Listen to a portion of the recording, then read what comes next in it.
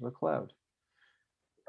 Okay, well, thank you, everybody. Good afternoon or good morning, depending on where you're calling in from. Welcome to our TI Canada presentation on integrating gender in environmental assessments.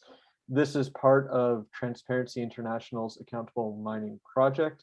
I'm joined today, my name is James Cohen. For those who don't know me, I'm the Executive Director of Transparency International Canada. I'm joined today by our Accountable Mining Program Manager, Dr. Denise Yalachi, and our Program Coordinator, Juliana Forna, who will be assisting or who will take over the majority of this presentation today. Juliana, if you want to go to the next slide. Just a disclaimer before we start, as we always do, we're funded by BHP Foundation for the Accountable Mining Project, but the research language, views, conclusions, strategies outlined in this document have been created by TI Canada and aren't a reflection of TI itself, TI Australia, who coordinates the whole program, or BHP Foundation. So for those who don't know us, and this is your first Transparency International Canada webinar or event in general, we are Transparency International Canada. We are the Canadian chapter of Transparency International, the world's largest anti-corruption movement, with a secretariat in Berlin and over 100 country chapters around the world. TI has been in existence since 1996, as has TI Canada. We have a secretariat office based in Toronto, but we have membership, volunteer, and board representation across the country. We work on a number of issues, including white-collar crime, enforcement, improving transparency and accountability, and the Accountable Mining Project. You can find out more about TI Canada and all of our projects at transparencycanada.ca. The Accountable Mining Project is, as I said, or the program is one of those projects we work with, and we work with some of our fellow chapters around the world. The Accountable Mining Project started in 2015. It is administered by TI Australia, the team out of TI Australia, and it has had over 20 countries around the world working on it. The basis of the project is to look at the beginning of the mining value chain, how mining licenses and permits are awarded, and how transparent is that process. There are a number of projects that look at the final payments. EITI, Extractive Transparency Initiative Extractive Industries Transparency Initiative, pardon me, is one of those very initiatives. But the TI program is looking at the beginning chain, working in Africa, Latin America, Central America, parts of Asia, Canada, and Australia. We all started using the same research methodology to conduct our research. That's the macro tool, which essentially just looks at, in its most basic form, how is a mining license or permit supposed to work according to the regulations and laws on paper, and how does it work in practice? And we learn how it works in practice by talking to experts in the field, communities that have been impacted by mining, government officials. And what we do is we look for where are there transparency and accountability vulnerabilities in the process.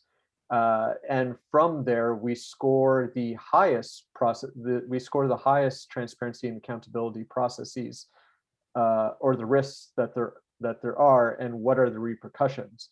So at its most minimum, perhaps it under lack of transparency and accountability in an awards or permitting process might undermine confidence in the process. At worst, it can lead to corruption and possibly even environmental degradation or loss of life if there's a lack of transparency or accountability. Here in Canada, TI Canada, we have done two phases of the project. The first phase we did in 2016, looking at mine closure agreements in Ontario. The second phase was much larger, looking at environmental assessments in Ontario, British Columbia, and the Yukon Territory. Next slide, Juliana. Why did we pick environmental assessments? And this is quite the graphic. We're kind of proud of this one. And the idea behind it is that there are certain decision points in a mining process in the awarding of permits and licenses leading up to the operation of a mine that are either have a certain level of public disclosure and public interaction with them and different legislative decision points. So we found that the environmental assessment license has the most opportunity for public engagement out of all decision points. Thus, there is the most amount of transparency and the most amount of potential accountability based on this license for the whole mining cycle. And it's incredibly important that there is that transparency and accountability for the process to not lead to the challenges that I described earlier of either environmental degradation, corruption, or an undermining of confidence by the public in the process. So next slide. What we've produced out of this, we have a national mining report. We have the 3 technical reports, and each one of those technical reports, there is the mapping of the EA processes in each jurisdiction, along with the guide map to the vulnerabilities that we found, the scoring process to each one of the vulnerabilities, and the write-up. There were some risks that cut across all of the jurisdictions, some risks that are specific to the jurisdictions. Things come up in terms of transparency around due diligence of those applying to the EA process, a lot of risks or a lot of transparency and accountability risks coming up around consultation. And we came up with a number of recommendations at the end for further research. And one of those areas of research we managed to fit in very early to this quarter, which was addressing the integration of gender into environmental assessments. While we did look at gender aspects in our research, we did not get down to the level that we wish we could have. But this initial project, coordinated and written by our project coordinator, Juliana Forner, does address some of these issues. So with that, you can ask questions in the chat. I'll put in the link to the reports page into the chat menu. If you have any questions, ask them there. During the Q&A, we'll see if we can even have this as a bit of a dialogue as well with panelists. And from here, I'm going to hand it over to Juliana to discuss the report and its findings. So over to you, Juliana. Thank you, James. So today we're going to focus on our briefing note that speaks about integrating gender in the EA process. And just to start off, I wanted to highlight our definitions of transparency and accountability, because those are terms that we use quite frequently. We have used them today. I use them in the report, and just wanted to make sure that we're on the same page, especially as it relates to transparency, because we consider being transparent as not only the open and clear disclosure of information, but also here the duty to act visibly, predictably, and understandably to promote participation and accountability and allow third parties to easily perceive what actions are being performed. And I highlighted this promote participation because this might have to include eliminating barriers to the access and understanding of information. And then our accountability definition is a more common one, a more straightforward one. We considered being accountable as being held responsible for one's actions and executing one's powers properly. So why is gender important for environmental assessments? I do think everybody is in the participating today know what environmental assessments are, but I just wanted to briefly mention that environmental assessments, as James mentioned, is an important step of the mine permitting process. It is through environmental assessments that proponents predict, identify potential impacts of their mining projects.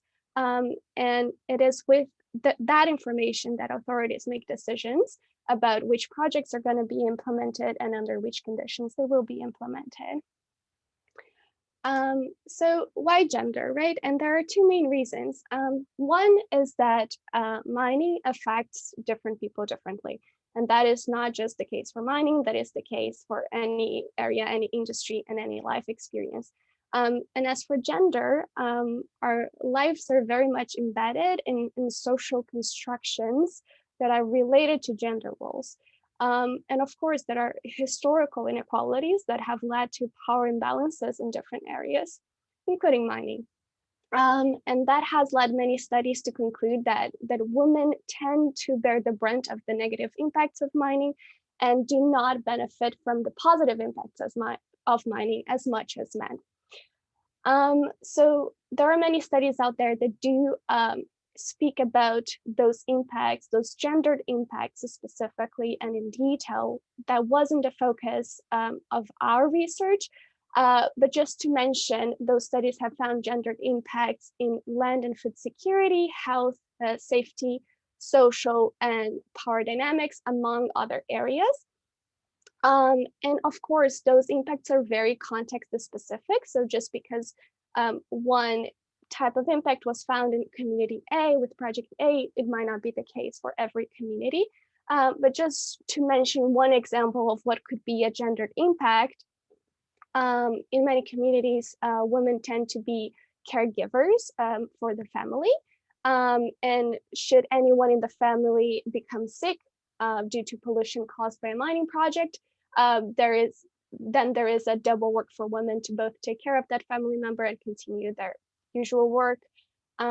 If women in a specific community are highly dependable on a specific source of water that has become polluted to do any type of chores, such as washing clothes, for example, then that could be considered a gendered impact as well.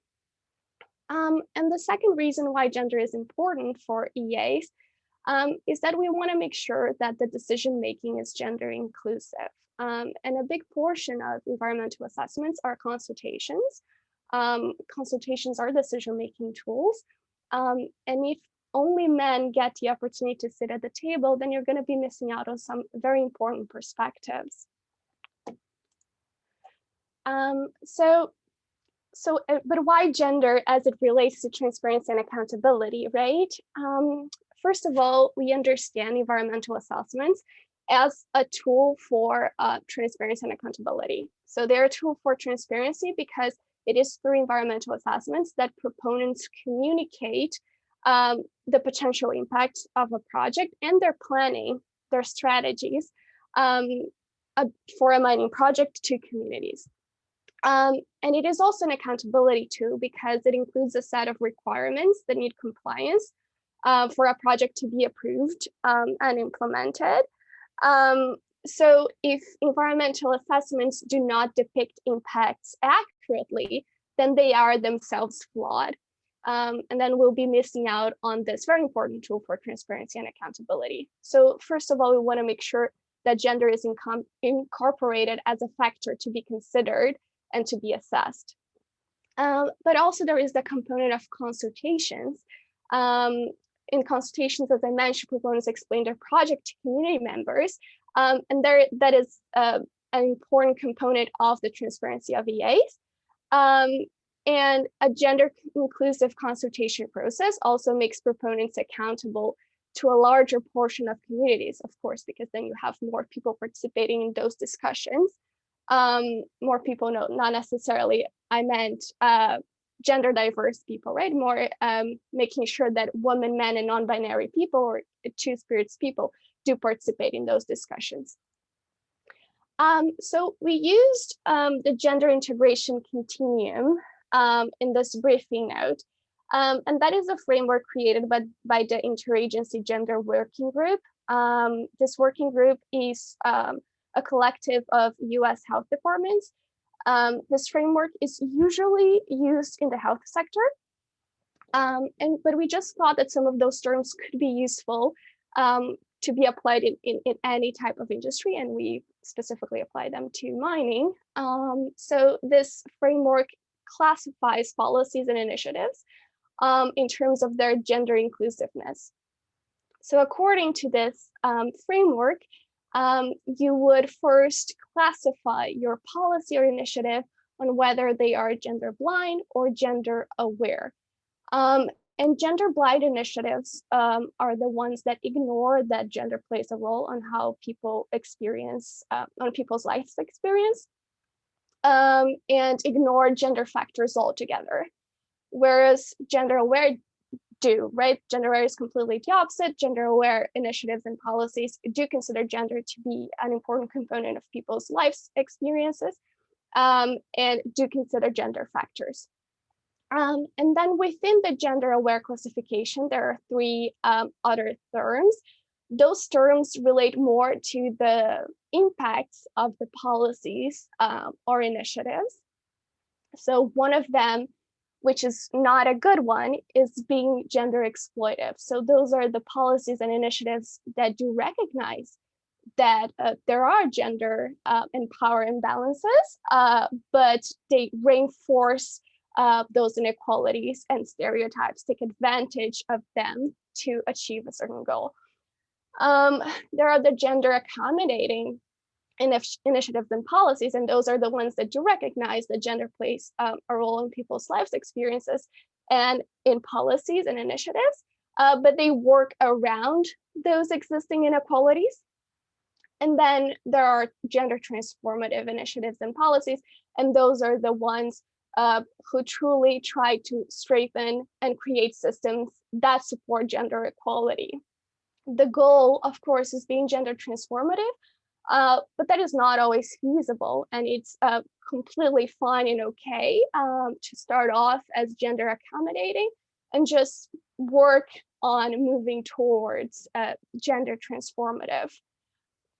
So because in this study, we used these terms to classify regulations, we did focus more on the gender blind and gender aware. Unfortunately, in this study, we didn't get the opportunity to really in detail examine how the EA process and how gender is implemented in the EA process in practice. So we did not use those three classifications as they are here because they speak a lot more about the outcomes. But we do think that regulations that have more details as to how to implement gender and how to incorporate gender in environmental assessment, they have the potential to support then gender transformative mining projects. So federally, the Impact Assessment Act was enacted in 2019, that is pretty recently. And in this new act, the intersection of sex and gender with other identity factors became a required component to be considered in environmental assessments. Here, actually, I'm going to use impact assessments just because it's the language used by the Government of Canada. They mean the same thing. We, STA Canada, usually just use environmental assessments. So because there is this requirement, we, of course, classified the federal legislation as gender aware. And then in their guiding documents, they mention gender-based analysis plus as a framework to be used in assessments. And I'm just going to go here. So gender-based analysis plus was not created for environmental assessments. It's just a general framework to apply gender analysis in whatever area, including in government policies internally. So what we did do in our report, and if you're interested, we did get some of the examples from the government's course, Introduction to Gender-Based Analysis Plus. And adapted it to fit the mining context. So if you're interested, we got some examples, particularly in the sections of challenging assumptions and gathering the facts, research and consult. I also do recommend this course if you were doing environmental assessments. This is a free course and an important one. But because this framework does include challenging assumptions related to gender, does require you to think about gender and research the community context and consult with people. We did think that that's enough to say that these regulations have the potential to support gender transformative projects. British Columbia did have changes in its Environmental Assessment Act in 2018. And this Assessment Act is very aligned with the federal one as it relates to gender specifically. And they also have included gender as a factor to be considered in environmental assessments. They included that disproportionate effects on distinct human populations, including population identified by gender, is a required component of assessments. And also in the guiding documents, they mentioned that how will a gender-based assessment framework inform the approach to engagement will be considered when when the authorities are assessing if a consultation has met its obligations, has met certain standards, right? So here we are talking not only about the assessment itself, but also the consultation, which is really good. So we did classify it as gender aware and also with the potential to support gender transformative projects. Now, Ontario and the Yukon Territory, they do not include gender as a factor to be considered in assessments at all, not in the legislation itself and not in the guiding documents either. Ontario did change their language in regards to what they consider to be the environment. Previously, they said that they considered the environment in an ecosystem approach that included many environmental factors such as air, land, water, and also living organisms and how they interact among each other. And that was their definition. Right now, the Assessment Act mentions social and cultural factors, which is a positive change. This is already a better language. And this was a change that was made after I wrote the report, but I had already included this because it was in their in a discussing paper that they produced in 2018. And the Yukon has an Environmental and Social Economic Assessment Act, so the social component is already in the title. And what they have in terms of social aspects, however, it's not in very much detail, but they do say that the aim of the act is to protect the cultures, traditions, health, and lifestyles of Yukon Indian persons and other residents of Yukon. So I wanted to make sure that I included that they do mention social factors here. However, we did classify them still as gender blind, and you might ask us why, right? And aren't gender factors social factors? Well, yes, they are. Gender are social factors. However, you can consider social factors. You can research social factors and evaluate social impacts without considering gender. So we don't see it as being enough. Not to mention gender is just not enough. And there are studies out there on social impact assessment. It's a field of study called social impact assessment. Also a term that is used for environmental assessments in general, but there are many studies that discuss how the social aspects are incorporated in those assessments. And the conclusion is that generally social impacts are deemed to be universal, when in fact they're based mainly on men's perspectives, right?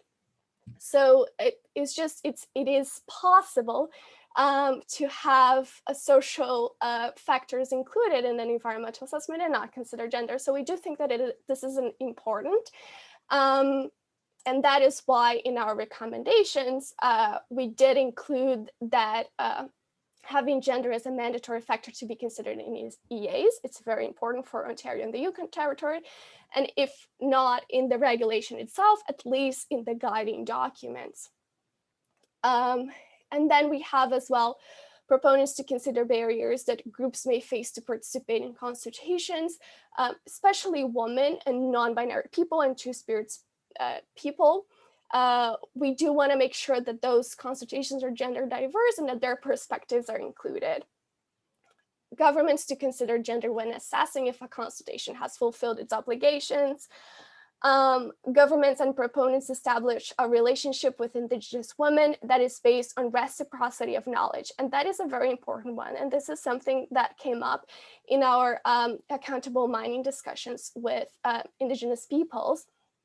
And Indigenous women said that they felt that they did quite a lot to try to learn from the government and the environmental assessment process, but they didn't see government and proponents doing the same effort to try to learn from them, and that their traditional knowledge was not seen as at the same level as Western technical knowledge. So basically their message there was that when we participate, we don't feel like we're actually heard, and we don't feel like our inputs are going to be incorporated in the assessment document itself. So it's a very important one. And then the final one is just for proponents to implement gender-based analysis tools in general.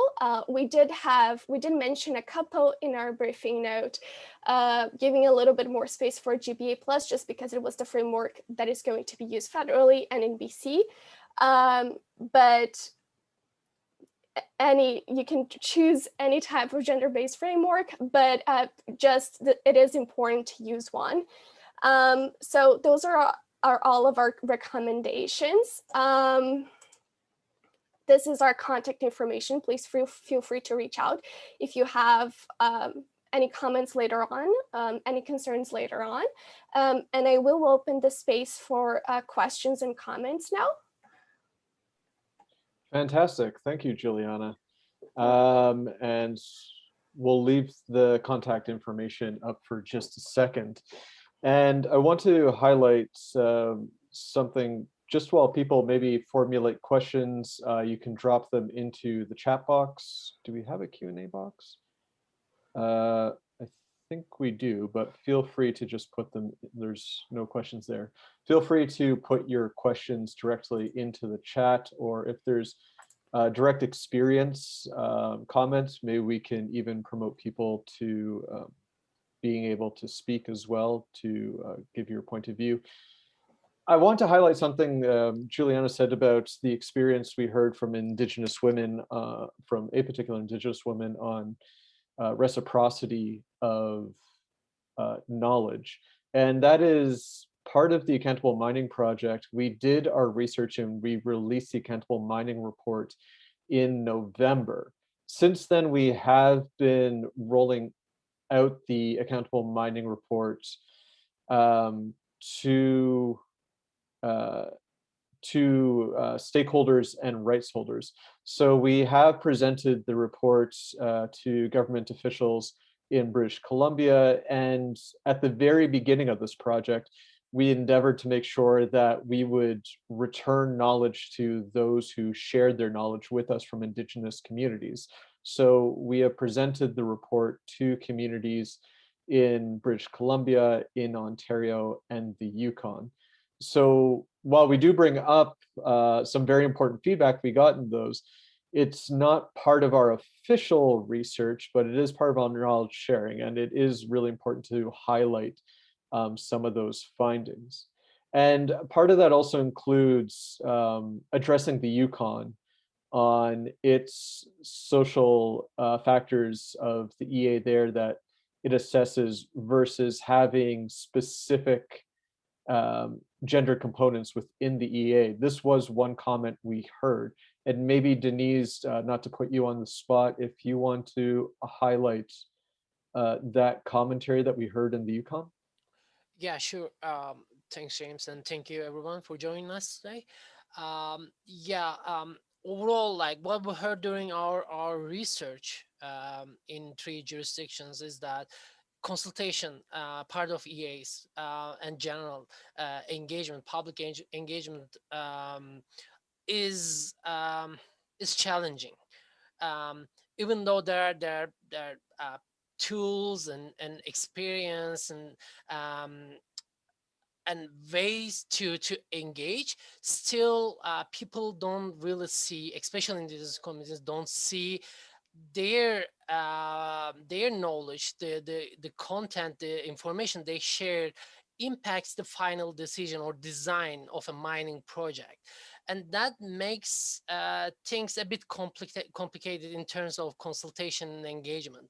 Specifically for indigenous communities, as James mentioned, we heard that yeah, as part of EAs, uh, uh, the proponents and government parties uh, tries to address social aspects of a mining project. Uh, they the inclusion of those aspects in practice is not limited. I mean, they're uh, or the inclusion of those aspects are limited with, let's say, employment, like number of employment that project will create, or number of taxes and potential infrastructure improvement of that project in a specific region, etc. Those are limited uh, around those issues when we talk about social aspects of a mining project.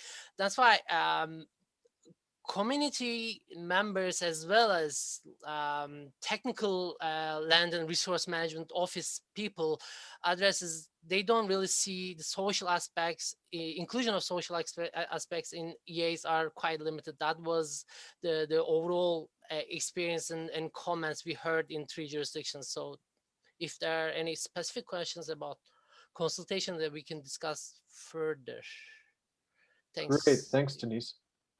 We do have a few questions, and thank you each for your question. A very descriptive intro. If people do want to, speak as opposed to type everything, you can raise your hand if you've got maybe anecdotal evidence. But I'll go ahead and follow up with your question. Ian, I see you put a question into the Q&A, and I do encourage others, as I imagine, I saw the profile of some of you coming in. We have very knowledgeable people on the call, so please feel free to participate in the chat. If I can summarize your question, however, what we see is, despite the variety of tools to conduct gender impact assessments or integrate gender into impact assessments, real life examples are very scarce. What do we think could be the main reason for this? Lack of legislative enforcement, difficulty in accessing gender disaggregated data, or other reasons? I've got my hypothetical 2 cents for this. I'll hand it over to Juliana and Denise to first answer. Yeah. Juliana, do you have a comment? Yeah, no, absolutely. And I think I do understand your struggle. And I mean, it wasn't the focus of this research to really examine assessments that do exist, but out of curiosity, I did try to find it, and I couldn't. So I think my hope is that now federally in Canada, with it being a requirement, and environmental assessment documents are going to be published, I am hoping that the baseline data improves. It's a hope. I don't know if it's actually going to happen. And I do think that one of the challenges, and one of the things that I was more interested in seeing was how gender is being considered in consultations, if proponents are actively trying to eliminate barriers to ensure that women and non-binary people do participate in consultations. So this is something that I could not find it easily.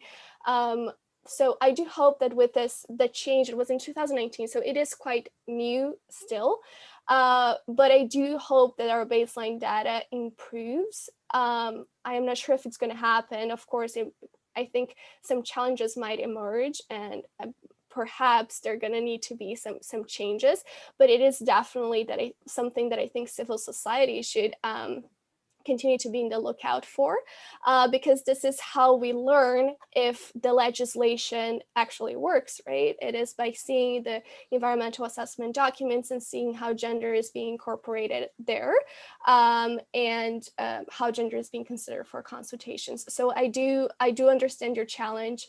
I'm sorry that I don't have a more definite response, but I did have a similar sort of thinking process as you just had. Great. I like to add Yeah. something. Yeah, I think again this is really good point, and especially like you mentioned legislative enforcement. That's definitely an issue. I mean, it's not only about gender, but in general, even environmental issues discussed and kind of promised to mitigate in an EA are not really monitored, effectively monitored, and reported and enforced. Once that the EA process and the minds start to develop. So that's a big challenge. Again, it's not only gender specific issue, it's more common issue for EAs in mining sector, and probably it is the same case for natural resource projects in Canada. That's one thing. Yes, legislative enforcement is a challenge, and we also address that in our report as a future study. It's quite important. Difficult to address, yeah, accessing gender disaggregated data. Yes, I mean, it's again not only gender but baseline data. I mean, we heard this in many times during our interviews in 3 jurisdictions, and especially EA practitioners mentions that. Yes, this is a big issue as well. I mean, not only gender but also again socioeconomical data for specific regions, indigenous communities, culture, etc. This is right now lacking in many part of the country. That's also another big problem. Yeah, that's my comment about your question. But yeah, those are really critical points. Thank you. Great. Thanks, Julia and Denise, for those answers. And so I think a big takeaway is we have faced, as Juliana said, the same frustration as you have. And there's just more data that is needed, not just for civil society, but for the public. And this all leads back to the importance of transparency within the EA process to see if it's being done correctly, and to create that baseline for the monitoring and evaluation, which is the accountability side. And we definitely heard those complaints in our follow-up consultations. Denise said that's one of our key recommendations, is to work on the monitoring and evaluation of what was in the EA mitigation reports. Ian, you have a question. Did your research reveal why and how gender provisions made it into the federal and BC legislation, but not those in other jurisdictions? If so, what does it tell us about how to incorporate it in the places where it hasn't yet happened? Juliana? Yeah, I think it is a matter of truly showing that gender is important, right? The importance of including gender. I think that different jurisdictions are at different levels in terms of their understanding on how to incorporate social factors in general in environmental assessments. There are certain jurisdictions that are, I'm not going to say more ahead, but just do incorporate social factors for a long time, whereas other jurisdictions do incorporate the environmental factors very well, but they're still struggling to learn how to incorporate the social factors. And this was a risk, as Denise mentioned, that appeared in our accountable mining project, particularly as it relates to incorporating social and cultural considerations from Indigenous peoples. In all the 3 provinces that we studied, it was a risk. But I think that for Ontario and the Yukon, it's probably the case for other jurisdictions. It's a matter of showcasing that just mentioning social factors is not enough. And if I do think that the optimal course of action would be including, mentioning gender as one of the topics to be considered when conducting assessments in the legislation itself. And if not that, then at least in the guiding documents, because it's just a matter of raising the standards, right? And I think if you don't mention, and it's just very easy for proponents not to think about it, not to consider it as important. That's the message that is transmitted. So I think it's just a matter of communicating the importance of including gender, and that's what we're trying to do. I like to add a small comment here. I cannot really talk about other jurisdictions. I like to focus more on Ontario, BC, and Yukon, and why not in Ontario and Yukon is basically, I mean, we really need to consider the political willingness, so how much the jurisdictional government wants and sees this is a critical issue, right? This is one important aspect, and also each jurisdiction has their completely different EA processes. I mean, it was really difficult, interesting to see this when we were doing this research. In Ontario, the EA process is completely different than anywhere I've seen and work international. It's unique. The class assessment and individual assessment. I mean, that structure, that concept even makes things really complicated even before gender, And in Yukon, even though it's really progressive, it's unique process in a good way. I mean, definitely a good way. But still, I mean, even though they address the social cultural aspects, but specific gender consideration is limited. That's besides the political motivation. It's kind of a new. I mean, yeah, my background is not really. I'm not really knowledgeable about gender, but it's kind of new subject in resource management field, in government field, I believe, especially in mining. I can talk about that clearly. Mining sector is close to change, right? It's hard to make changes in mining sector because of its business structure. It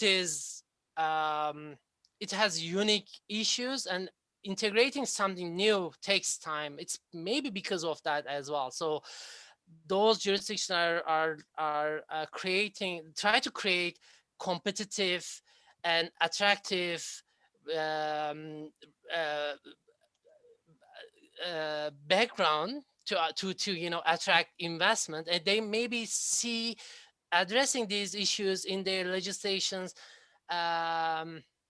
kind of risk that, or conflict with that attractiveness and yeah, certainty aspect of whole legislation in that specific jurisdiction. Those could be the reasons, but again, political willingness is really, really important here.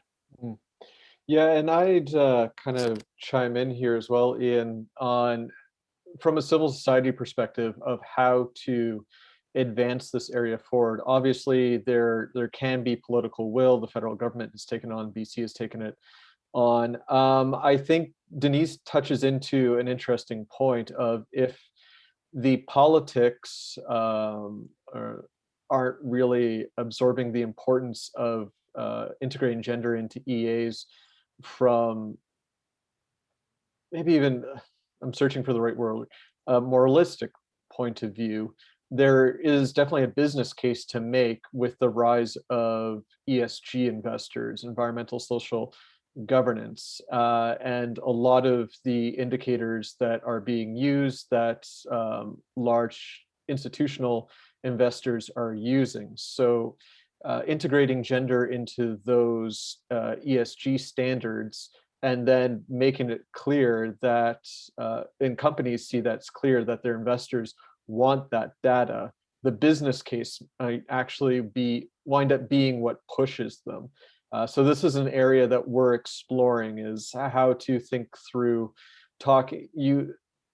allying basically with large institutional investors. There's, I think a press release came out for a group calling themselves the Maple Eight, the eight largest institutional investors, including a number of teachers' pension funds. You have Brookfield's asset management now with their ESG component now chaired by Mark Carney.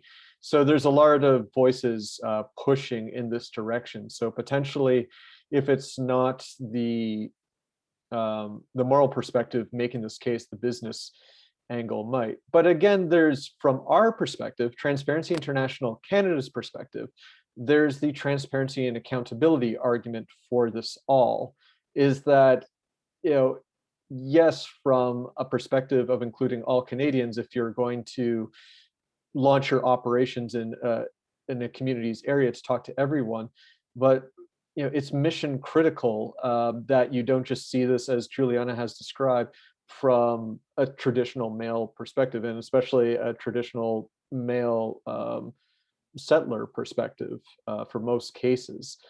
If you're going to be truly transparent and accountable, the proponents and governments need to make sure that the data is available to all groups being considered, and that it is accountable to everyone. And as Juliana said, there's that proactive measure of transparency that's involved. And what we heard a lot in our consultations is the consultation fatigue, that there's proponents conduct a lot of consultation, but it doesn't seem like anything changes. And so therein lies one of your, the repercussions of your transparency and accountability risks, is that eventually more and more communities will shut out companies who do want to conduct mining because they've kind of gone through the process and they don't see the results. You might even, and therein denying your social license to operate, which is crucial to any mining operation. And from a taxpayer's perspective, a public's perspective, let's look at Ontario. We want to make sure that everything was considered from a traditional knowledge point of view as well, so that waterways and animal herding paths aren't undermined, if we look at, especially from Indigenous knowledge perspective. So that therein lies, it's really important, this, again, that transparency and accountability angle to all this. Those are the questions that I have seen. Oh, I see two. Ian, great point about political will. Did the Indigenous women's organizations you interviewed provide examples of what barriers they face, or what could be done institutionally to enable their full and equal participation? You mentioned their knowledge not being acknowledged or accepted, but was there anything else you could share? Juliana, anything you recall specifically? Yeah, so that was not a focus of this research, so I'm not even going to attempt to answer on their specific barriers. I do think that there is room to do some research here in Canada about this. It is important, yes, to understand the specific barriers that women face, and specific barriers that Indigenous women face in Canada in different provinces. There are some anecdotal studies that are out there. In our discussions with Indigenous communities, what came up was more in regards to, we were discussing the risks related to consultation. And that was a point that they brought up. And it is an important point, because I guess if you don't see your inputs as being truly heard and incorporated in the environmental assessment, then why would you participate next time, right? And there is a little bit of improving of the consultation process to be done there. And that could help proponents too, because then the next time you need to consult, they're not gonna have this feeling that whatever they're saying is just a waste of time, that it's not gonna be incorporated. So definitely in consultations, that is something that came up, that it is very important, but that was the only thing that they mentioned. We really didn't dig into what are the specific barriers that they face. So yeah, so I'm sorry that I don't have the answer, but I do think it's a very interesting point, and for future studies for sure. Denise? Yeah, like as Juliana mentioned, we really didn't have much chance to specifically discuss and focus on specific issues and barriers. But I like to, like, yeah, as James highlight, that this is critical, consultation fatigue, and it's basically the main critical issue behind that is people don't see the results. They just participate, share, and then not really see something is changing. That's one thing. But on the other end, from little bit business, from the business point of view, we need to also acknowledge, or the communities need to also acknowledge. Maybe this is kind of part of this awareness rising related uh, topic, but. Uh, Mining companies are not development agencies. They cannot solve the problems of communities.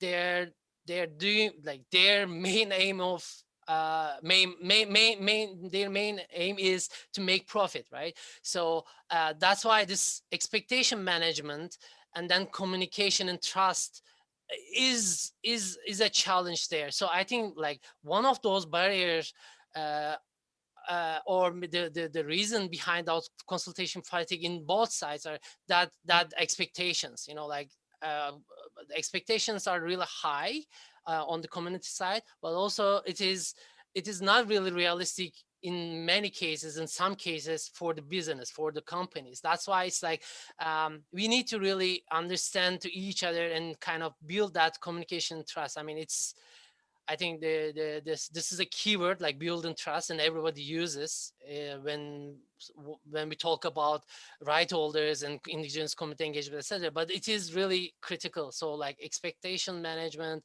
and understanding how things are really working in reality.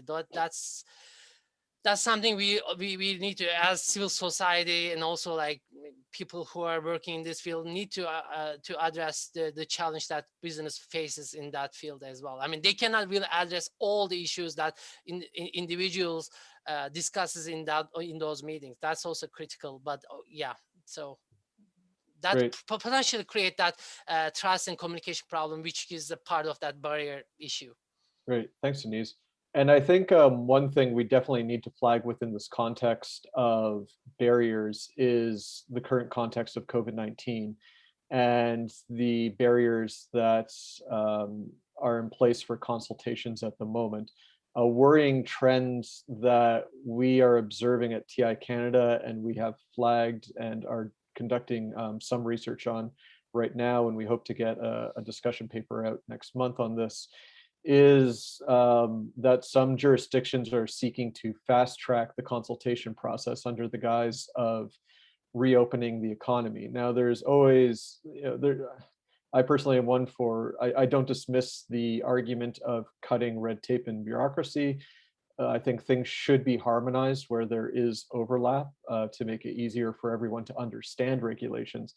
But our concern is actually, if any of this legislation that's being proposed in Ontario or Quebec or other legislations that are thinking about it would actually cut into the consultation process.